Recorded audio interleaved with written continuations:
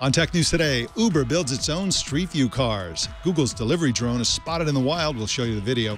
And the New York Times is going to deliver virtual reality along with a morning paper. It's all coming up next on Tech News Today. This is Twit. Bandwidth for Tech News Today is provided by CashFly at CACHEFLY.com.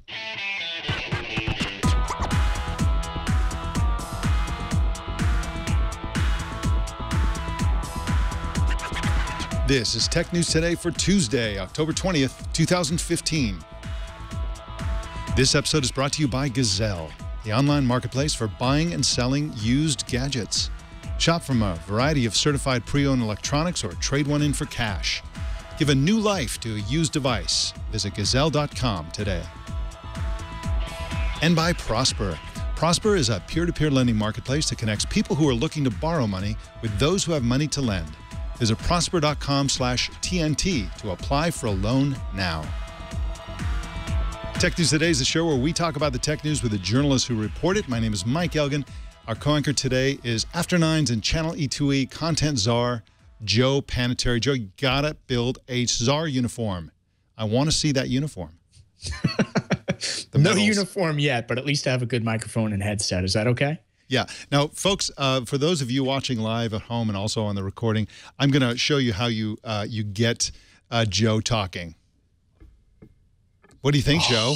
How was that trailer? Oh, you're killing me. Yeah, you know, J.J. Abrams, how about him? You know, the guy saved Star Trek. Now he's going to save Star Wars for all of us. I'm pretty excited. Yeah, that trailer was awesome. The Star Wars trailer, of course. And what surprised you about the trailer? What stuck out to you in terms of like either the nostalgia factor or the new factor or the potential hints at plot? What do you think is going on in that trailer?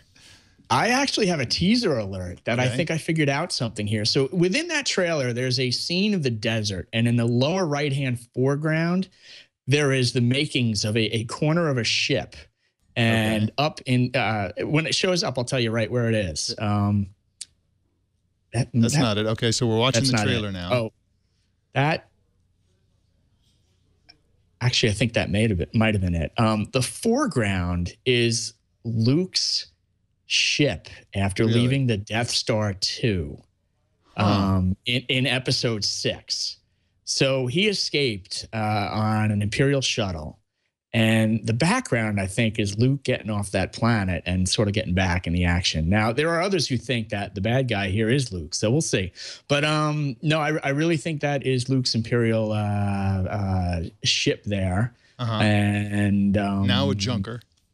Now a junker, right. And the question is, was Darth Vader's lightsaber left in that ship and picked up?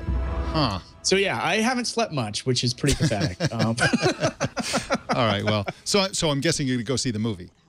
Yeah, I'm confirmed for a 7:30 showing and an 11:30 showing on the 17th. Wow. A total of about 20 tickets, and I've got a waiting list of people who are hoping to go with me. Has awesome. Nothing to do with that they want to see it with me. They just know I'm a ticket holder. AKA scalper. All right, well, let's move on then. So here's a question. Here's a philosophical question for you, Joe. Is it okay nowadays to just copy the iPhone in terms of the appearance of it? Let's take a look at the HTC One A9. This is, you know, one of them has an Apple on it and the other one doesn't, basically.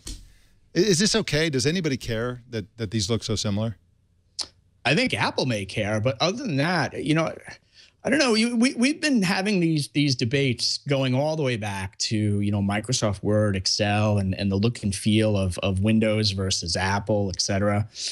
And every time it seemed, well, I shouldn't say every time. The vast majority of times it seems like the copiers get away with lifting the work of those who actually did the innovation. So I don't think there's much hope here for Apple to actually move in and collect some funds off this. Yeah, and there's also a school of thought that says, hey, you know, HTC was the first with those hideously ugly lines going across the phone. So who copied whom? You know? Okay, so one other non-story, semi-story, changing story is browser popcorn. You've all heard of Popcorn Time, which Popcorn Time is basically a BitTorrent client that has an integrated viewer. So you just easily download movies from the torrents and watch them. And this has been a controversial app. Now they've come out with a browser called Browser Popcorn, where you can just watch the movies directly in the browser. And this has been a game of whack-a-mole this morning. It came out, then it went away. Then there was some bad-mouthing against the MPAA. Basically, the quote is, MPAA, comma, you gotta, so it's like the letter Y, why you gotta ruin everything. Browser Popcorn has been taken down by the evil money-grabbing blank lords of America, the Motion Picture Association of ... So it's a little script kiddie hackerish like lingo there. And then it was redirected to another site. And now what's happening, Jason? It's basically kind of up and running again. Is this the new site, the old site? What is this? This is the redirected. This is the site that it redirects to that it's currently working. It's a little slow, but it's currently working. So all these movies are available to watch. And this is what's going to freak out the MPAA, which is that this stuff exists on a server that can't be reached, and there's nothing they can do about it, and they'll have to go from ISP to ISP to try to shut this thing down. I don't know. I don't know what you think about this, Joe, but this is an interesting, you have this essentially the evolution of simplicity for downloading torrented movies, and Hollywood doesn't like it. Yeah, they don't like it. Now, Mike, I'm wondering, I haven't read the latest in the last hour or so. Are there any clues in terms of where these movies physically exist at this point, where these servers are? Well, I don't know about the servers, but I'm sure that the movies are being served up through peer-to-peer sharing. I don't know that for sure, but no, I don't know. That's a good question. I'm sure we'll be finding out as this thing it gets chased around the internet. There's the current redirect. So it's browserpopcorn.gq. Yeah. What country code is that? Don't know. No. Nobody knows. It's a mystery. All right, why don't we jump into the regular magazine news? land. Yeah, exactly. Well, you know those Google Streetview cars that drive around mapping things and taking pictures? Well, now Uber's got a bunch of them. Biz Carson is a tech culture reporter for Business Insider and joins us now. Hey, Biz, welcome back to the show. Hey, Mike, how are you? I'm doing great, and I see you're in a tiny phone booth. Do they lock you in that, or do they let you out when you're done, or how does that work? I have to sit here for 8 hours a day at least, doing my job, and then they let me out. All right. 8 hours, that's not too bad. Now, what is Uber doing with these cars? Why do they want like these Street View-like cars?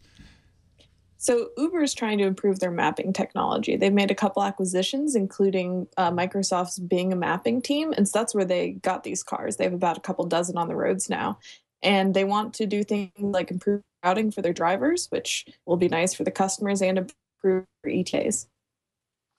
Hey, Biz, any clues in terms of how quickly we'll start to see the results of this mapping effort? And also any clues in terms of how many cars they have involved in this? So we know that they have a couple dozen cars on the road. Right now, they said that they're in the Midwest, and they'll probably head towards the South once winter comes, and they don't want them on the icy roads. We're not sure when this will eventually roll out to the passengers or drivers, or if it'll be slowly just kind of algorithm tweaks. What they're looking for are things like crowded intersections and ways that, they can avoid some of the city-specific things that you don't see on Google Maps. Every Uber user has seen the ETA pop up on their phone and know there's no way this car will make it to me in 5 minutes. They've got to go down Market Street. And they're trying to improve that by providing more realistic ETAs. It's kind of funny. Uber as a company, whenever confronted by the fact that they don't pay benefits and any other goodies to drivers, they say, "Oh, we're just an app. We just put people together. Some people want rides. Some people want to give rides. We just connect these people. We're basically Tinder for transportation. We're not really like a company that's doing." And then meanwhile, they're building self-driving cars and they're mapping everything themselves. I find it hard to believe that they could do a better job than Google and all the other mapping companies. I don't understand why they can't use current technology to better estimate drive times. I mean, right now, if you look at, Google Maps and even Google Waze, where you have crowdsourced data about slowdowns and so on, I mean, that's based on a huge number of people using Google Maps. They're basing this on a tiny number of cars going around mapping things that isn't real time. Many of the delays are caused by temporary phenomena like little traffic jams and car accidents and stuff like that. So does their story about this being a system for making the estimates more accurate, does that make sense to you? Because it doesn't make sense to me. I think it makes sense in the sense that they're looking for ways to route people differently. Like a lot of what Google Maps does is try to get you on the most efficient route. And sometimes that will be going around side streets. But if they know to avoid certain intersections that'll be busy, or to select pickup spots that are in a different location, maybe down the block that's less crowded, then that can really improve the experience for Uber drivers. And it's all going to the app itself. So this is technology that they want to own and not be relying on Google or Waze or any other party like that. Hey, Biz, what about the international scene here? Are there any clues that they'll actually get these cars on the road internationally? And part two of that question is, what does that mean in terms of privacy? You know, we're already seeing all these concerns about Uber in various international cities, as well as privacy laws when it comes to cloud computing. And I'm wondering if that will trickle out, so to speak, onto main streets. There's no indication that these will be tested in international markets yet. Of course, I'm sure they'd love to, have that insight into India or China. But so far, it looks like they're sticking in the Midwest and the South. And from there, we'll see where the cars go. I think it would be really hard to deploy these cars in international markets. So we'll see. That's a different, legal challenge for them to tackle if they decide to map overseas. Here in the US, we're kind of used to seeing those Google Street cars go around. And now they just have an Uber label on them. Now, I mentioned a minute ago that they have this self-driving car program, and you mentioned before the show that they also have cars driving around in public for that particular program. Can you talk about those cars driving around? Yes, that's a separate fleet of cars. They are still driven by drivers. And to be clear, when I'm saying drivers, these aren't Uber drivers that are picking up passengers either. You can't get in one of these mapping cars. These are different contractors. So the self-driving cars project, they call it their Advanced Technology Center. They're mapping for their own reasons. Google's done work with their driverless cars, and, you're mapping to determine different objects on the road. Uber's doing the same thing. And obviously they can't get a hold of Google's self-driving car technology, so they have to create their own. And so that's why they're mapping. Right now, those cars are only in Tucson, Arizona, and Pittsburgh, Pennsylvania. So if you're in one of those two towns, the cars you'll see have a different label. They say ATC on them. A year or two ago, it used to be somewhat controversial that we even covered Uber, because some people said that, that's not a tech company. But I think it's pretty clear that Uber is a seriously technology-driven company. They're doing this stuff from the ground up, and it's really kind of fascinating. Biz, we're going to let you get out of that tiny space before you run out of air. Biz Carson is at businessinsider.com and on Twitter at Biz Carson, just like it sounds. Biz, thank you so much for joining us today. Thank you. Appreciate it. Got more news coming right up. But first, I want to talk about iPhones and Gazelle. The new iPhone is out there, and that makes this particular time a perfect time for you to buy a new iPhone from Gazelle or to sell your old iPhone to Gazelle. I've been advocating for a long, long time that people not sit on their phones. Well, obviously you could crack the screen if you sit on it, but I mean, hang on to their phones, especially ones you're not using, but even the ones you are using. You don't have to wait a year or 2 or 3 years to upgrade to the next thing because you think it's environmentally friendly. It's not environmentally friendly. The thing to do is to get your phone into the hands of somebody who's going to love it. And if you want to upgrade to the new hotness, go for it. And it turns out that that's actually a trend. I just read an article this morning in Forbes that basically said that something like 1/3 of the iPhones that Gazelle buys are only 1 year old. So this is up from 25%. So there's a trend in favor of people saying, okay, 1 year, boom, I need the next one. And of course, that is being accelerated across the industry, not just iPhones, but also Android phones, I suspect. And, of course, Apple doesn't just sell the very latest phones. They still sell the previous models. And if you're going to buy a previous model from Apple and compare that to the price that you're going to pay at Gazelle, you're going to pay a lot less at Gazelle. Don't buy a phone from Apple. Buy it from Gazelle because you're going to get just a much better price. In fact, you can spend more or less the same price and upgrade the amount of storage on that phone. You can get a better device for the same money or the same device for a lot less money. And that's what Gazelle's all about. They're all about being smart about how you upgrade to your next device. Gazelle is the place. GAZELLE.com.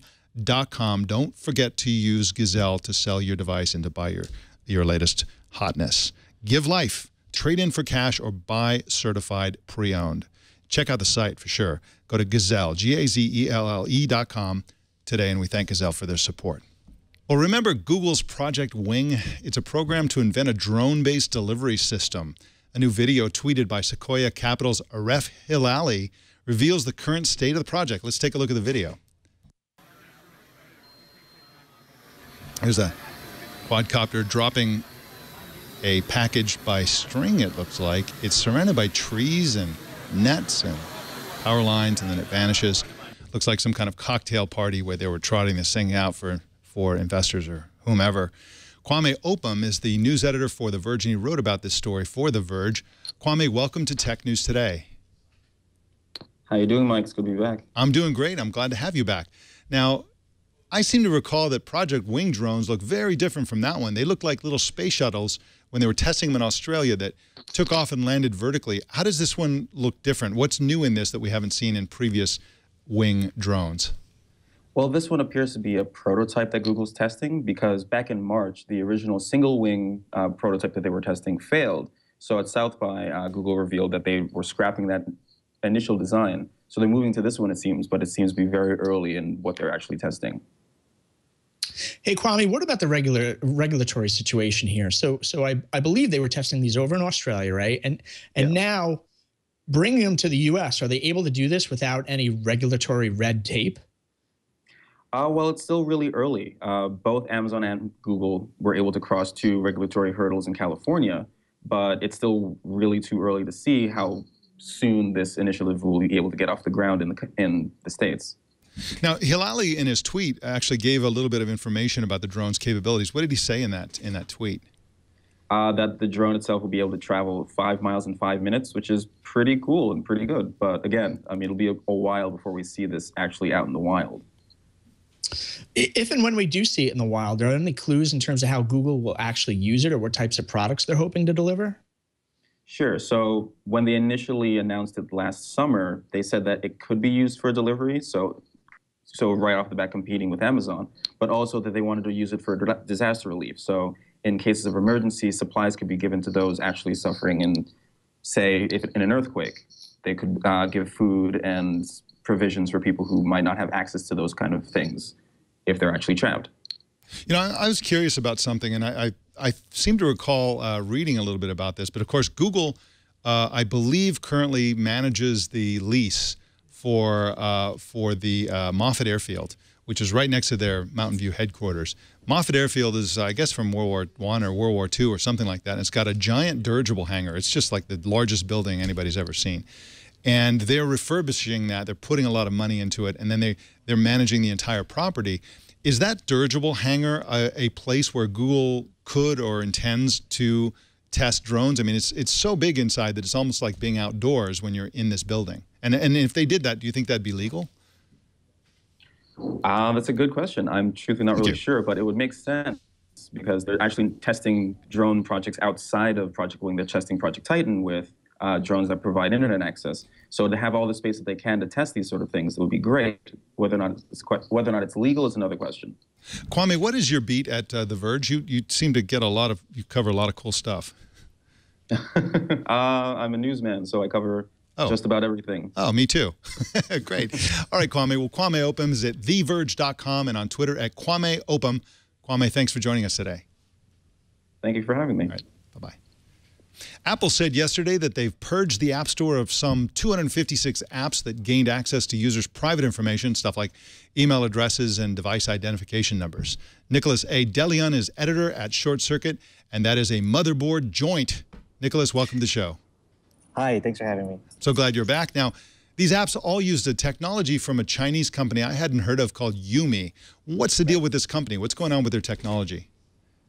Well, it's sort of unclear. They're an advertising network, and what appears to be the case is that any developer who used their SDK to sort of incorporate their ads into their apps, they inadvertently were ending up scanning people's apps that they were installed on their phones, and it's a whole big mess, mainly because this is the second time in about a month that Apple has sort of had bad feedback with regards to the App Store. About a month ago, they removed about 40 apps that had sort of had malware installed on them. And Apple likes to say, Apple takes great pride in sort of scanning every app that goes in the App Store. So every sort of incident like this that happens is a black eye. It's not necessarily the end of the world, of course. There are Apple says there are 1.5 million apps on the App Store. So even a couple hundred apps that are found to be, sort of surreptitiously scanning users' private info, while scary, it's probably not the type of thing that the average person should necessarily be up all night worrying about. Hey, Nicholas, good to be talking to you again. Are there any clues in terms of these applications? Did they all come from China or elsewhere? Right. Well, the analytics company that first made the discovery, which is called SourceDNA, they did find that most of the developers were located in China. So it appears to be, again, as was the case last month, it appears to be a case primarily concerned with the Chinese App Store.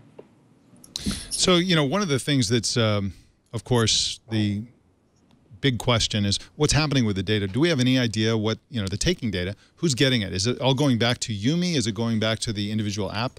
Right. According to SourceDNA, all the data appeared to be going back to Yumi, the advertising network.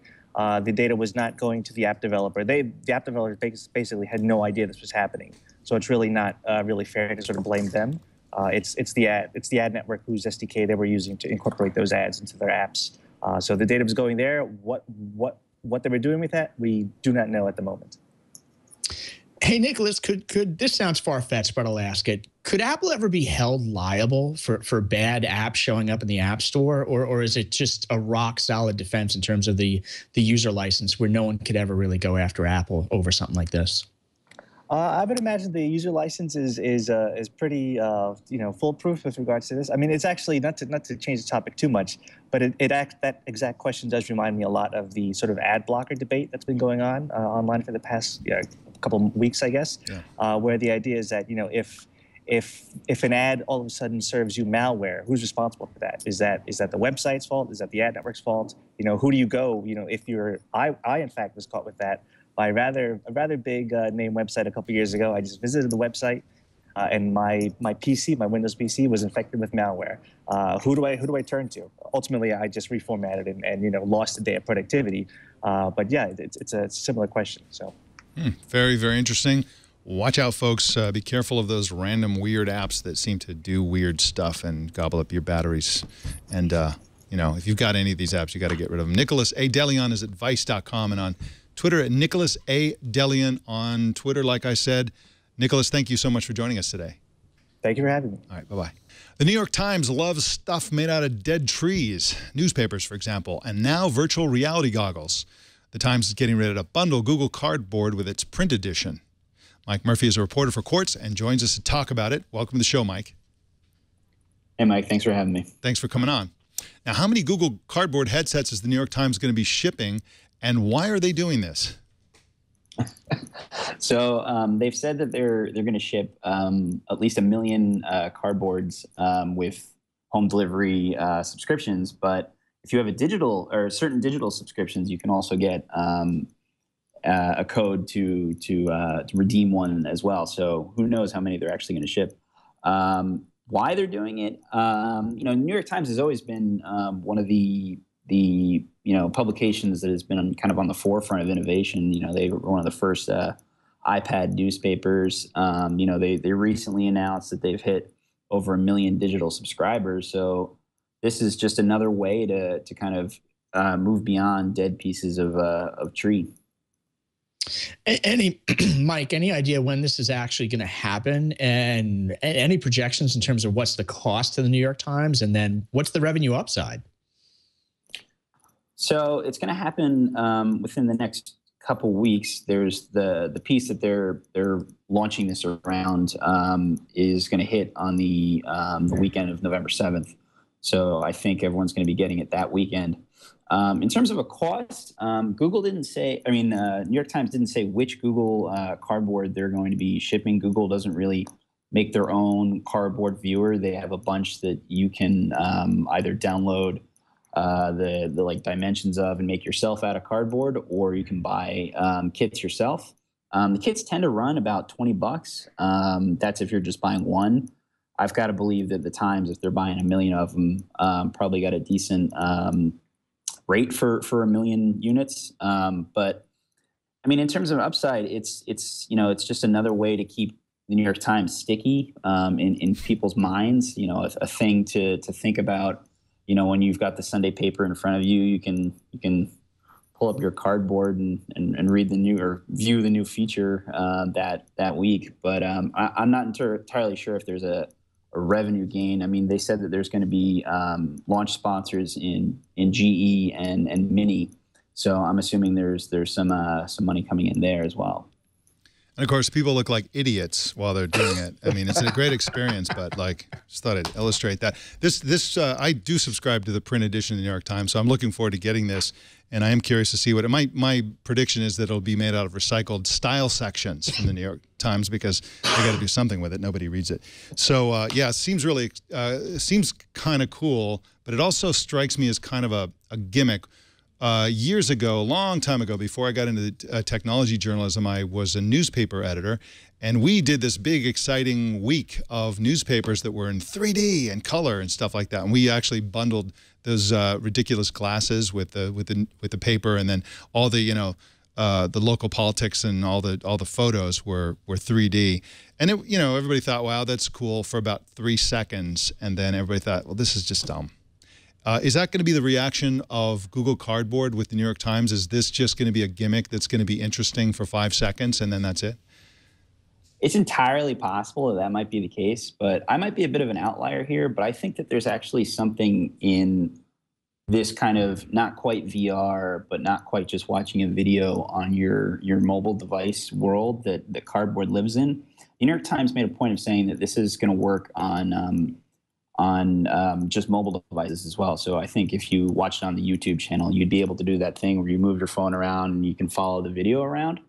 And I actually think that's really interesting. I've watched a few things already, just like even ads, like Nike had one showing off a new pair of cleats with Neymar, the Brazilian soccer player, in it that I wrote about, that I actually thought was really interesting. It's more than just sitting there watching this kind of little rectangle, and you can actually follow stuff and see different parts of what you're looking at.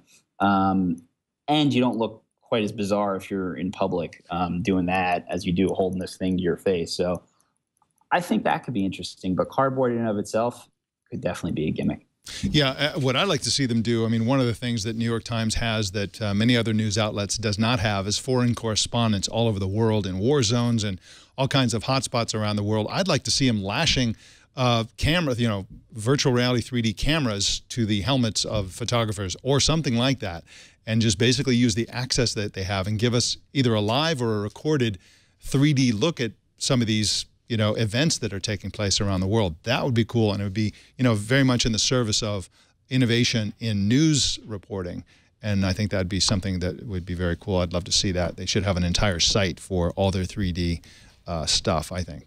Mike Murphy is at QZ.com. That's the court's website, and he's on Twitter at MCWM. Mike, thanks for joining us on Tech News today. Thanks for having me. All right, bye-bye. We got a big number for you coming up in just a second, but first I want to talk about Prosper.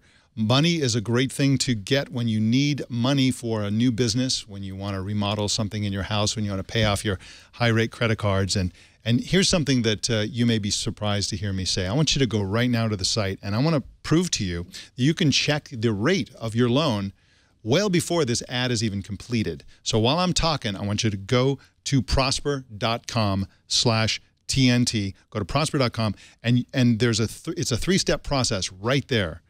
Number 1, you put in the amount of money you'd like to borrow. Number 2, you put in the purpose of this loan that you'd like to get. And number 3, you put in your range of credit score. If you don't know it, then you can't do this in 5 seconds. But if you do know it, you can. And then you click the big green button that says check your rate, and boom, you get the rate. Now, of course, they're going to verify your credit score, but if you know what your credit score is, that's the rate.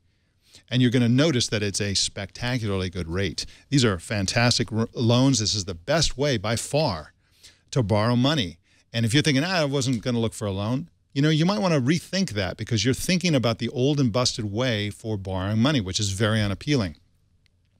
This is a great way to borrow, and that's why they have processed more than $5 billion in loans. They've empowered more than 250,000 people like you who have a project, who have a dream. They want to make something happen. They need a great loan, and this is how they make it happen. Their customers are extremely happy with this. You can check your low rate instantly, and this doesn't affect your good credit. Just go to prosper.com/TNT. TNT, you can get up to $35,000 in your account as few as 5 days. You don't have to borrow the full $35,000. You can get a loan for whatever amount you need in just 5 days. Just go to prosper.com/TNT. That's prosper.com/TNT. Do it right now. Check this out. We got a big number for you today, 6.5 million. That's how many people are now paid users of the Apple Music service, according to CEO Tim Cook. You know, I don't think Spotify would consider this a big number. What do you think, Joe? Yeah, you know, I don't think it's a big number at all. And Apple has not managed to pry my wallet open for this service. And I have been a big Apple customer over the years. So I'm not part of the 6.5 million, and I don't know if I'll be part of the 6.6 million, and so on and so forth. You're part of the solution is what you are. And Spotify, I think, has something like more than 20 million paid subscribers, if I'm not, if I'm remembering that correctly. So Apple is in a weird position of being an underdog and has a long way to go to catch the leader. So, all right. Well, our TNT fan of the day is Kathleen Sinnott and Murphy the dog in New Jersey, who posted this picture on Twitter. There is Murphy the dog. Murphy's got a cone around his head, and since he got the cone put on, he has to get up close to watch Tech News Today on the TV.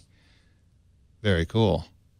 We love our viewers, whether they're canine or even humans. Show us how you watch or listen to TNT. Just record a video, take a picture of yourself or your setup or your dog, and post it on Instagram, Google+, Twitter, or Facebook. And please use the hashtag HowIWatchTNT, and that way we can find it by searching for it. Joe, what is happening at your company? What's new over there at After Nines? And what's the other company? I'm sorry. What's the other company? It's okay. It's Channel E to E. It's only 5 weeks old. Did you say Channel E to E? I did say Channel E to E. It's only 5 weeks old, but it's rocking and rolling. And E to E, just as a reminder, Mike, for our listeners and viewers, it stands for Entrepreneur to Exit. And what we really focus on here are companies, tech companies, and their growth strategies. And one of the things we're covering closely this week, we continue to cover the Dell EMC deal. And there's a side note there. We stumbled upon a note from Michael Dell last night to VMware partners and customers, assuring them that he would not screw up VMware as part of the EMC buyout. So we'll continue to watch that closely. And Mike, as many of our listeners and viewers know, Dell's Dell World Conference is this week, so we'll be covering that as well. Very cool. Very cool stuff, as always. Joe Panettieri, thank you so much for calling here today. We'll see you next week. Hey, Mike, thanks for having me. Have a great week. You too. Let us know what's on your mind. I want you to send me email to tnt@twit.tv, or you can call 260-TNT-SHOW. That's 260-868-7469. You got a suggestion for news coverage, anything that's on your mind, just let us know. Subscribe to Tech News Today by going to twit.tv/TNT and choosing your favorite option. If you're ever in the greater Brickhouse area, come on in and watch us as part of our studio audience. Just send email to tickets@twit.tv and let us know in advance. You can follow us on Twitter at Tech News Today TV, and you can follow me at elgan.com. Don't miss our other news show, Tech News Tonight, at 4 p.m. Pacific every single weeknight. And that, ladies and gentlemen, is the Tech News Today. This show is produced by Jason Clanthis and edited by Kevin King. My name's Mike Elgan. Thanks for tuning in. We'll see you tomorrow.